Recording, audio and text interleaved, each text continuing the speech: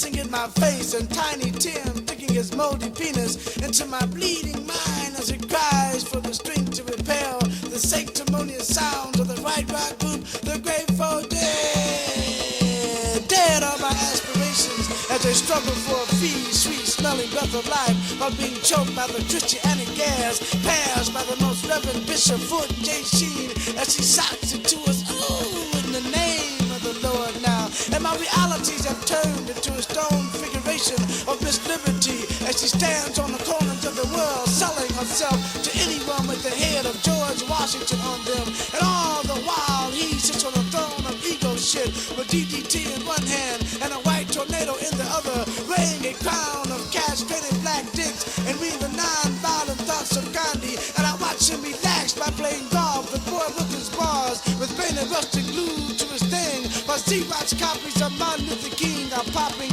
from his skull to dream the impossible dream. Knock, knock, who's there? It's Red Brown. If you don't open up, I'll strike a light and burn your house down. And I see Malcolm's spirit, his eyes burning red, black, and green flames, and crying tears of Thunderbird wine that seem to touch my lips and make me become thirsty for a taste of freedom.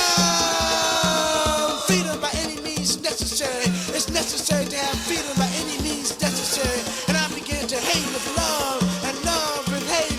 This is madness. This is madness. This is madness. And I look up and see the moon bleeding lifeless white maggots and screaming for my help as the ego's raping claws rip and tear at its virginal form. All ECs, all Tooth Moses, all Samra, Allah, Bismillah, Rahman, Rahim. Give me your undying strength to rise up and reorder the cosmos so that man can truly understand and appreciate the cosmic beauties and realities of science and love. And he has turned the feminine part of me into a sexual freak. Look at her standing there wearing her micro miniskirt made from the strands of Freud's mother's pubic hairs and an uncovered breast dripping blood and pus and her lips colored with that anesthetic white woman called Avon. But yet she smiles at me with the indignity of overcon ejaculating sperm into her mind. And Maurice McGuire's mentioned the finger fucking her at night in his wet dreams, and her soft, wet, clinging tears of love seem to flood my heart with strength to gather all my manhood from my lower head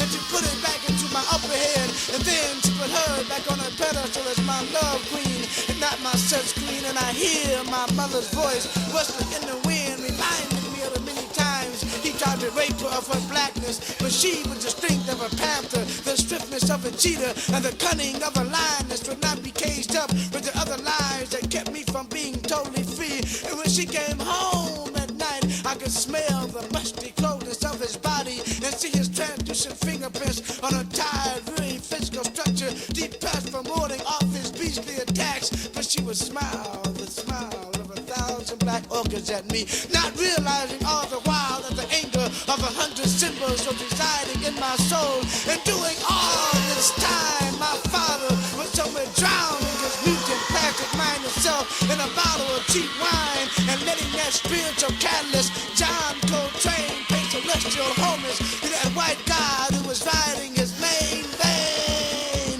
This is madness. This is madness. This is madness. And Diana songs, how can you be supreme and sing songs of black love when your mouth is overrunning with the sperm of Trigger?